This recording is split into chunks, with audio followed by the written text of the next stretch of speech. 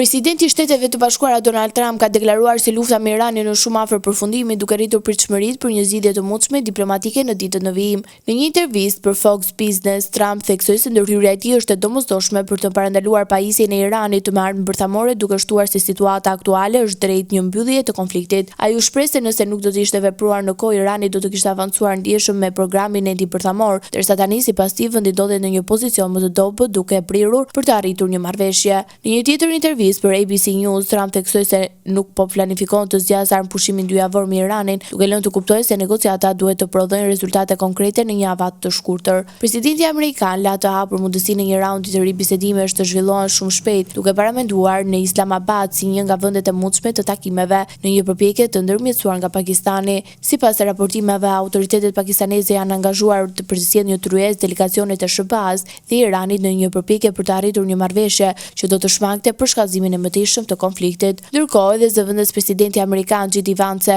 ka konfirmuar se gjatë bisedimeve të zhvilluara me 11 dhe 12 prill është arritur shumë përparim, duke shtuar se palët janë më pranë një marrëveshjeje se sa më parë. Megjithatë, pavarësisht optimizmit të shprehur nga Washingtoni, situata mbetet e brisht dhe zhvillimet në ditët në vijim pritet të jenë vendimtare për fatin e konfliktit.